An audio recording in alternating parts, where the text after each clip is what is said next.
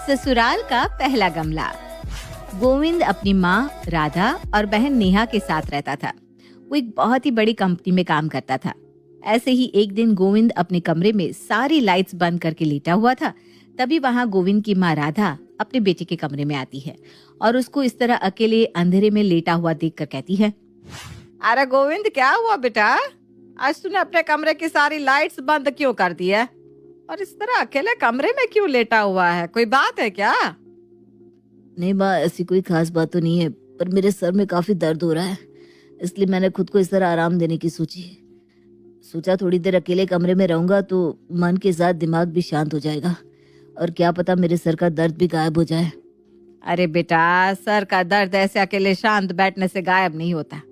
अगर ऐसा होता ना तो आजकल डॉक्टर का काम ठप पड़ा होता। वो इतने पैसे नहीं छाप काम रहे। कर जाकर डॉक्टर से दवाई लिया। नहीं माँ, दवाई लेने का मन नहीं कर रहा। बेफालतू में डॉक्टर के पास जाऊंगा और वो बिना मतलब के ही बिल बना देगा। इससे तो अच्छा है कि थोड़ी देर रेस्ट ही कर लूं। अच्छा ठीक है, अगर तुझे डॉक्टर के पास नहीं जाना तो चल कर बाहर बैठ जा। थोड़ी देर बाहर बैठेगा तो तुझे आराम मिल जाएगा। माँ, बाहर जाने का तो मन ही नहीं कर रहा। अगर बाहर ही जाना होता तो मैं डॉक्टर से दवाई ना ले आता। लेकिन अब चिंता मत करो, मैं थोड़ी देर आराम करूंगा तो जल्दी ठीक हो जाऊंगा। अब जाओ ना अपने कमरे में। ठीक है, अगर जरा भी दिक्कत हो तो मुझे बता दियो। और हाँ, मैं तुझे यहाँ ये बोलने आई थी कि मैंने तेरी शादी की शेरवानी सिलवाने को दे दी है। अगर तुझे कुछ अलग सा करवाना हो उसमें तो बता दियो। नहीं माँ, आपने दे दिया है तो टेलर अच्छा ही सिल के देगा। गोविंद का रिश्ता पहले से ही तय हो चुका था और कुछ समय बाद उसकी शादी योगिता नाम की लड़की से हो जाती है। कुछ उम्मीदें अपने ससुराल से जुड़ी होती है, ठीक वैसे ही योगिता को अपनी शादी और ससुराल से कुछ उम्मीदें थी।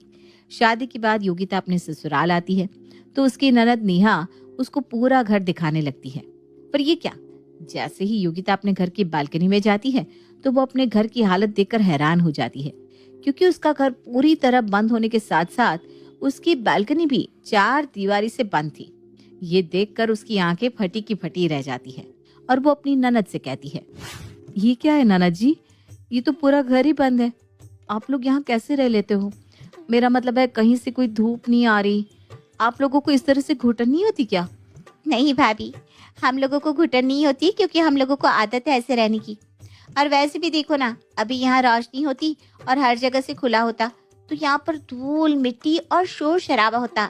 पर देखिए, ऐसे बंद चार दीवारी में ना तो धूल मिट्टी आने की कोई चांसेस और ना ही कोई बाहर का शोर अंदर आता है। योगिता का अभी पहला ही दिन था, इसलिए वो कुछ नहीं बोलती और चुपचाप चारों तरफ अपनी नजरें घुमाकर देखती रहती है। योगिता को इस तरह शांत देख नेहा हल्की सी मुस्कुराती है और अपनी नई नवेली भाभी से कहती है, भाभी क्या हुआ, आप इस तरह सोच में क्यों पड़ गई?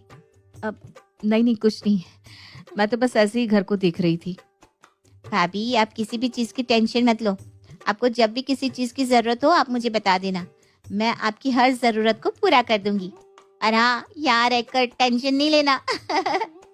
लेकिन फिर भी अगर गलती से आपको टेंशन होने लगे ना तो मुझे बता देना, मैं आपकी टेंशन को दूर कर दूंगी। खैर अभी ना बहुत हंसी मजाक हो चुका है, आप बहुत थक गई होंगी ना। चलो मैं आपको आपके कमरे में ले जाती हूँ, आप आराम कर लीजिए। नेहा अपनी भाभी को उसके कमरे में लेकर जाती है। अपने कमरे में जाकर योगिता यहाँ वहाँ देखने लगती है और खुद से ही बात करती है, ये घर है या पिंजरा?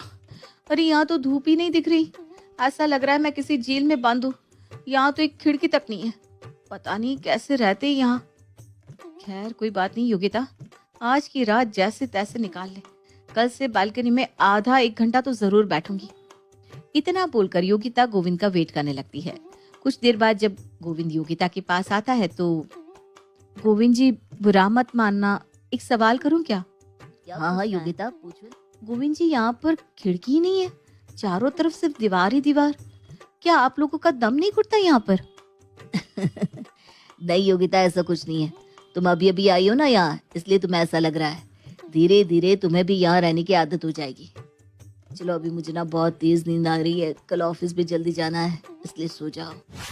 इतना बोलकर गोविंद सो जाता है, लेकिन योगिता को अब भी नींद नहीं आ रही थी। पर बेचारी करती भी तो क्या, अब उसका ससुराल ही उसका घर था, उसको ना चाहते हुए भी उस घर में रहना ही पड़ेगा। इसलिए जैसे तैसे योगिता भी सोने की कोशिश करती है। अगले दिन योगिता घर का काम कर छत पर जा रही थी, तभी राधा उसको आवाज देते हुए कहती है, ए बहू, तू कपड़ों की बाल्टी लिए कहाँ जा रही है? माँ जी अब बाल्टी में कपड़े हैं तो कपड़े सुखाने ही जा रही हूँ। बहू तो भूल गई क्या कि ये सोसाइटी है और सोसाइटी के टेरेस पर जाना मना है। हमारे पास बालकनी है तो वहीं सुखा दे कपड़े। माँ जी हमारे पास बालकनी है तो, लेकिन ऐसी बालकनी का क्या फायदा जहाँ से धूप का नामो निशान ना हो। अरे हर तरफ चार दीवारी है, कपड़े सुखाओ तो सुखाओ कहाँ।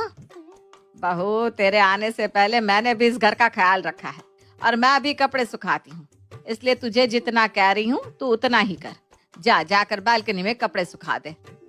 अपनी सास की ये बात सुनकर योगिता मुंह बनाती है और बालकनी में कपड़े सुखाने के लिए जाती है। समय यूं ही गुजरता है। गुजरते समय के साथ योगिता अपने ससुराल वालों बेहद ही परेशान रहने लगती है, क्योंकि उसके घर में ना तो खुशियों का माहौल था और ना ही रोशनी का आवागमन। ये सब देखकर वो ठान लेती है कि वो अपने घर का माहौल बदल कर रहेगी। इसलिए वो बाजार से कुछ पौधे लेकर आती है और अपने कमरे में लगा देती है। शाम को जब नेहा और गोविंद घर आते हैं तो गोविंद के कमरे में लगे छोटे छोटे पौधे देखकर काफी खुश होते हैं। उनके चेहरे पर मुस्कान देखकर योगिता के चेहरे पर भी एक प्यारी सी स्माइल आ जाती है। अरे वाह भाभी, ये आपने अपने कमरे में इस तरह के छोटे छोटे पौधे लगा दिए।